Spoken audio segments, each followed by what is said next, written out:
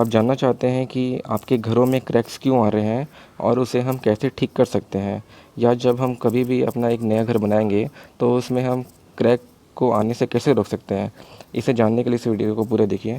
तो क्रैक्स विभिन्न कारणों से, विभिन्न रीज़नों से आ सकते हैं। उसमें से पहला रीज़न है कि जब हम सीमेंट और वाटर को साथ में मिलाते हैं तो उसमें से बहुत सारे रिएक्शंस होते हैं। उसमें से एक रिएक्शन को हम बोलते हैं हाइड्रेशन ऑफ सीमेंट। इस रिएक्शन में वाटर और सीमेंट के बीच जो रिएक्शन होता है, इस रिएक्शन को बरकरार रखने के लिए हम इसमें क्यूरिंग करते हैं। क्यूरिंग मतलब होता है कि जब आप बिल्डिंग बनाते हैं तब आप उसमें पानी डालते हैं, डेली डेली पानी डालते रहते हैं।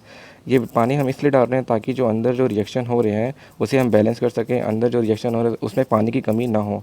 तो अगर हम ऐसा नहीं करेंगे तो आने वाले समय में हमारे बिल्डिंग्स में क्रैक आ सकता है और हमारा जो कंक्रीट का स्ट्रेंथ सही नहीं रहेगा, मतलब हमारा जो कंक्रीट है वो मजबूत सही तरीके से नहीं रहेगा। इसलिए हम अपने कंक्रीट को मजबूत करने के लिए, सही बहुत अच्छे से मजबूत करने के लिए हम क्यूरिंग का इस्तेमाल करते हैं। क्यूरिंग भी हमको 28 डेज़ के लिए क्यूरिंग करना है। 28 डेज़ में क्यूरिंग इसलिए करना है क्योंकि इस इतने दिनों तक अगर हम क्यूरिंग करेंगे, अगर इतने दिनों तक हम अपने कंक्रीट या सीमेंट में पानी डालेंगे तो हमारा जो कंक्रीट या सीमेंट है वो पूरी इस तरीके से अपने फुल स्ट्रेंथ पे आ जाता है। इसके बाद आपकी बिल्डिंग में जितना भी बाहर आ जाए वो इसे झेल पाएगा। जैसा कि आप देख रहे हैं, ये इसमें कॉलम में क्यूरिंग कर रहा है, क्यूरिंग पानी डाल रहा है, आपके स्लैब में पानी डाल रहा है। इस प्रकार से हम क्यूरिंग करेंगे 28 डेज़ तक।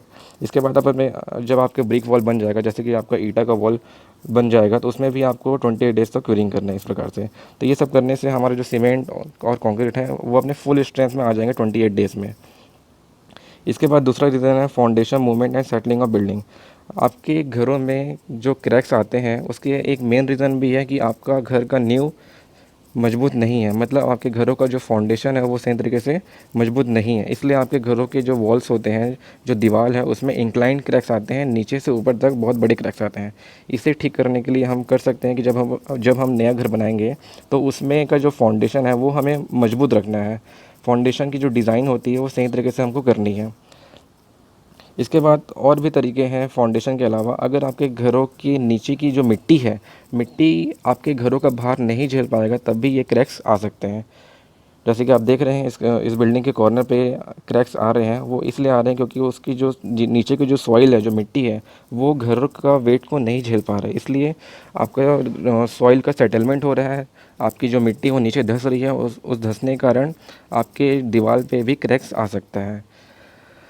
यहाँ पे आप देख रहे हैं कि जो सिल्टी सॉइल होता है, सिल्टी सॉइल की बेरिंग कैपेसिटी कम होती है, इसलिए उस पोजीशन में आपके जो वॉल्स हैं उसमें क्रैक्स आ रहे हैं। लेकिन जो सैंडी सॉइल होती है उसकी बेरिंग कैपेसिटी ऑफ सॉइल बहुत ही अच्छी होती है, इसलिए उसके ऊपर किसी भी प्रकार का क्रैक्स डेवलप नहीं हो रहा है। इसके बाद आप अगर आप गलत तरीके का या बैड क्वालिटी का मटेरियल यूज़ करते हो, ख़राब क्वालिटी का अगर आप मटेरियल यूज़ कर रहे हो, उसके कारण भी आपके घरों में क्रैक्स आने की पूरी संभावना रहती है। जैसे कि अगर आप ब्रिक यूज़ कर रहे हैं तो ब्रिक हमेशा आप जो यूज़ करोगे वो एकदम प्रॉपर शेप, प्रॉपर साइज़ में होना चाहिए और उसकी जो स्ट्रेंथ है एकदम अच्छी होनी चाहिए। उसके बाद जो आपकी एग्रीगेट है, एग्रीगेट हमेशा आपका एंगुलर टाइप एग्रीगेट होना चाहिए। एंगुलर इसलिए क्योंकि उसमें इंटरलॉकिंग बहुत ही अच्छे तरीके से होता है। आपका जो सीमेंट है, सीमेंट भी बहुत अच्छी क्वालिटी का होना चाहिए। उसमें किसी भी प्रकार की कोई भी लम्स नहीं होना चाहिए, लम्स नहीं होना चाहिए। आपका सीमेंट जब हम पानी में डुबाते हैं तो वो डूब जाना चाहिए, तैरना नहीं चाहिए। आप ऐसा करके आप अपनी सीमेंट की क्वालिटी को टेस्ट कर सकते हैं। और जितने भी ये आपको ये रीज़न बताया गया है, यही है आपका रॉन्ग मेथड ऑफ कंस्ट्रक्शन। अगर आप ऐसा करने से बच सकते हैं तो आप अपने घरों में क्रैक्स आने से बचा सकते हैं।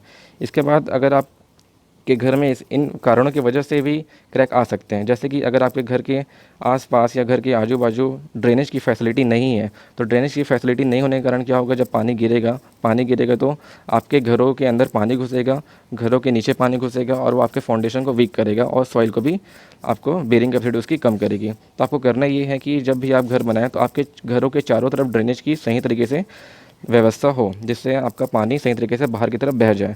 उसके बाद सेकंड आपका avoid construction of wall on filled up soil. मतलब कई लोग क्या करते हैं, सीधा मिट्टी के ऊपर या सॉइल के ऊपर ही आपका वॉल बनाते हैं, दीवार बना देते हैं। और जब आपका मिट्टी धसकता है या मिट्टी का सॉइल का सेटलमेंट होता है तो आपका दीवार का भी सेटलमेंट होता है और उसमें क्रैक्स आ जाते हैं। अगर हम तो जब भी आप दीवार बनाएंगे या वॉल बनाएंगे तो आपको हमेशा एक जो बीम होता है उस बीम के ऊपर ही आपको आपका दीवार बनाना है। जैसे कि प्लिंथ बीम होता है उसके ऊपर ही हमको दीवार बनाना होता है। और तीसरा रीज़न ये है, अगर आपके घरों के आसपास कोई सा ट्रीज़ है, बड़ी ट्रीज़ है, बड़ा बरगद का पेड़ है, नीम का पेड़ है, तो इस ट्री को उगने से आपको रोकना है, क्योंकि अगर ये ट्री बड़ी हो जाएगी तो इसका जो जड़ है आपके घरों के अंदर तक आ जाएगा, और घरों के जब ये अंदर आएगा तो ये फाउंडेशन को वीक कर देगा, फाउंडेशन को फाड़ देगा, और सॉइल को भी उस तरह से अपने पोजीशन से हटा देगा, जिससे आपके घरों में क्रैक्स आ सकते हैं। तो इन सब को बचाने के लिए सबसे पहला काम ये है आपका कि आप अपने घरों को बनाने के लिए जब भी कोई सा भी मटेरियल यूज़ करेंगे वो एकदम सही क्वालिटी का, मतलब गुड क्वालिटी का मटेरियल आपको यूज़ करना है। जब भी आप अपने घरों में सीमेंट और सैंड को मिलाएंगे, सीमेंट और सैंड के मिक्सचर को मोर्टार बोलते हैं, तो जब भी आप सीमेंट और सैंड को मिलाएंगे या जब आप कंक्रीट बना रहे हैं तो ये एकदम सही मिक्सचर का होना चाहिए, एकदम सही डिज़ाइन का आपका मोर्टार या कंक्रीट होना चाहिए। ये सब चीज़ों से आप अपने घरों के क्रैक्स को बचा सकते हैं।